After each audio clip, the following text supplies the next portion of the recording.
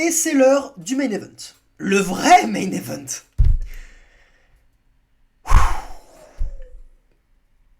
Waouh. Et après, on dit que celui qui a un ego surdimensionné qui pense qu'à sa gueule, qui a un culte de la personnalité, c'est CM Punk. Qui d'autre Qui d'autre que l'élite peut se foutre en main event alors dans une rivalité qui pue la merde et en faisant suite au championnat mondial? Qui d'autre que l'élite a suffisamment d'ego et de prétention peut se mettre dans un main event de catch dans un match qui n'a rien d'un match de catch?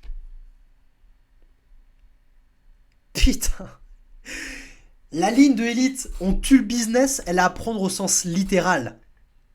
L'élite tue le business du catch parce qu'ils font de l'anti-catch. Ce n'est pas une alternative, la EW sous l'élite. C'est autre chose. C'est pas une compagnie de catch, c'est une compagnie de gars qui jouent au catch. Ce ne sont pas des combattants, ce sont des fans. Des fans qui imitent des mouvements de catch. C'est ça qu'on voit à l'écran. C'est pas une alternative. C'est autre chose pour un public de niche. Qu'est-ce que ça fout en main event? Pourquoi MJF, qui est la plus grosse star, le plus gros potentiel pour le futur de l'industrie du catch, qui est déjà le futur de l'industrie, il est déjà over, c'est déjà une star. Pourquoi ce mec qui représente actuellement la nouvelle vague de stars de catch n'est pas dans le main event et que ce sont ces putains d'attardés qui se retrouvent dedans? Ça me fend le cul. Ça me fend le cul. C'est le main event et vous savez quoi? C'est la première fois de ma vie, je crois, que je skip, que je passe un main event. Je n'ai pas regardé ce match dans son intégralité. J'ai passé le main event. C'est la première fois que ça m'arrive. J'en ai passé des matchs de catch. Quand j'en passe déjà en pay-per-view, c'est déjà pas bon signe. Si je passe le main event, ça craint vraiment. Ça craint vraiment. Je n'avais aucune envie de voir ce match. Cela est dû au match, cela est dû à la stipulation, cela est dû aussi à la construction. Le BCC contre l'Elite, c'est une rivalité qui ne va nulle part depuis le début, qui n'élève personne, qui est un enchaînement de catcheurs avec des égos surdimensionnés, qui se lancent en rivalité alors qu'il n'y a pas de face ni de heel établi. Les heels qui sont dirigés par Jon Moxley font trop les mecs badass et trop cool et la foule les adore. L'élite ont leurs fans attardés mentaux qui les adorent aussi. Où ils se prennent pour des badass et où c'est plus ridicule les semaines après les autres. Avec ce putain de tournevis. J'en peux plus de ce putain de tournevis de merde. C'est risible, c'est ridicule, on ne croit à rien. Leurs promos sont lamentables, leurs matchs sont lamentables. Quand je dis ça, c'est que c'est parce que les matchs ne font pas réalistes, encore une fois, ne font pas crédibles. On sent que ce sont des gars qui jouent au catch, qui imitent des mouvements, et non pas qui se battent pour de vrai. Il n'y a jamais d'émotion dans leur putain de match, parce que ce sont des très mauvais acteurs. Et c'est le main event de la soirée. Anarchy Indie Arena. L'anarchie dans l'arène, et là-dessus, ils nous ont pas trompés.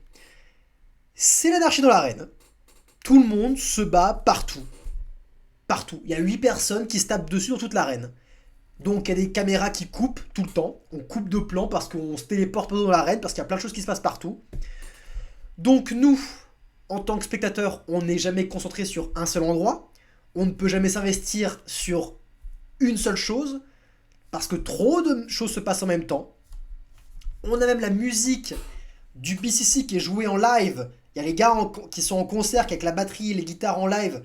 Et c'est trop badass, parce que c'est le thème de Jon Moxley en vrai en concert. Ils se battent alors qu'il y a la musique, c'est badass. Et on veut utiliser des barbelés, c'est badass. Et y a Jon Moxley qui va saigner, c'est badass. C'est anarchie, c'est badass. Je me fais mal à la voix, putain. C'est lamentable, putain. C'est nul, c'est nul, c'est nul. Après, si vous voulez vous marrer un bon coup, prenez des potes, prenez des bières et matez, hein. En vrai, je suis sûr que dans ces conditions, c'est marrant. Oh putain. Le main event d'un pay-per-view de catch. Waouh.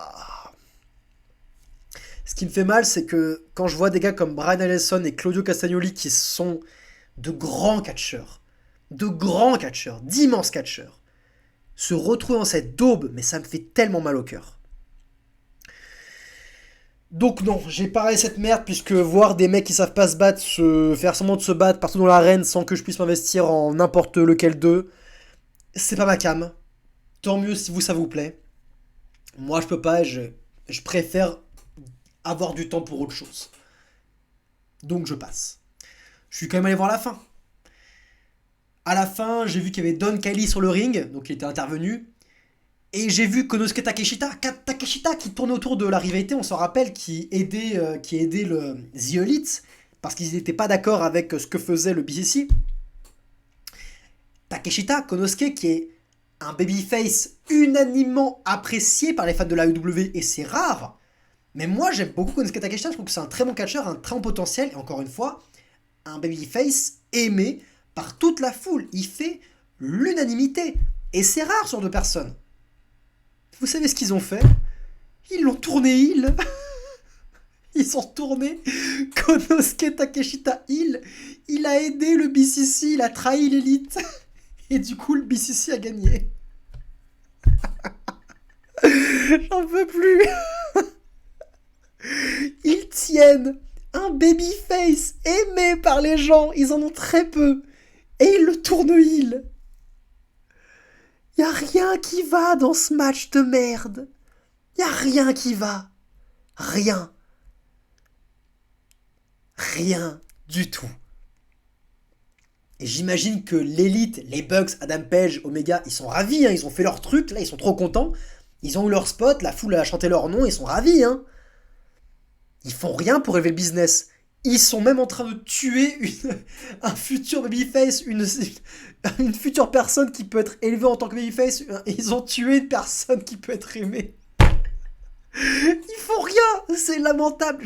Ça me fait rire au bout d'un moment. Vous savez, il y a la colère, il y a... Je sais quoi les étapes du deuil? Je crois que c'est le déni. Peut-être que le déni sur la est déjà passé. Après, il y a la colère est déjà passée beaucoup. Après, je crois qu'il y a la résistance, je crois que je suis passé aussi. Là, je crois que je suis en acceptation, je crois. C'est bon, ça me fait rire. Ça y est, je crois que j'ai fait le deuil, je crois. ça me fait rire. Et bah, c'était Double or Nothing, les gars. J'espère que le show vous a plu. Oh, j'ai hâte que Collision ait lieu, j'ai hâte que Punk fasse son retour, j'ai hâte qu'on ait un show de catch qui se concentre avec des lutteurs qui ont envie de faire du catch, qu'on ait MJF, qu'on ait FTR, Punk, Hobbs, Ricky Starks, même Jay White aussi, tous ces gars-là dans le même roster, Darby Allin qui viennent, Christian qui viennent aussi, Jeff Jarrett et Jay Little, venez, Mark Briscoe, venez. C'est que ces gars-là viennent dans le même roster et qu'on ait un vrai show de catch. Ça va faire du bien. Du moins, j'espère que c'est ce qui va se passer. J'ai quand même ma petite réserve sur Orange Cassidy qui est dans le même show dans le même roster que les autres. Mais là, c'est plus possible. C'est plus possible. Ça me fait rire, quoi. Donc, voilà. C'était Double or Nothing. C'est une grosse vidéo, une grosse review, mais énormément de choses à dire. J'espère que ça vous aura plu. C'était Kozak, prenez soin de vous, bande de fans de catch.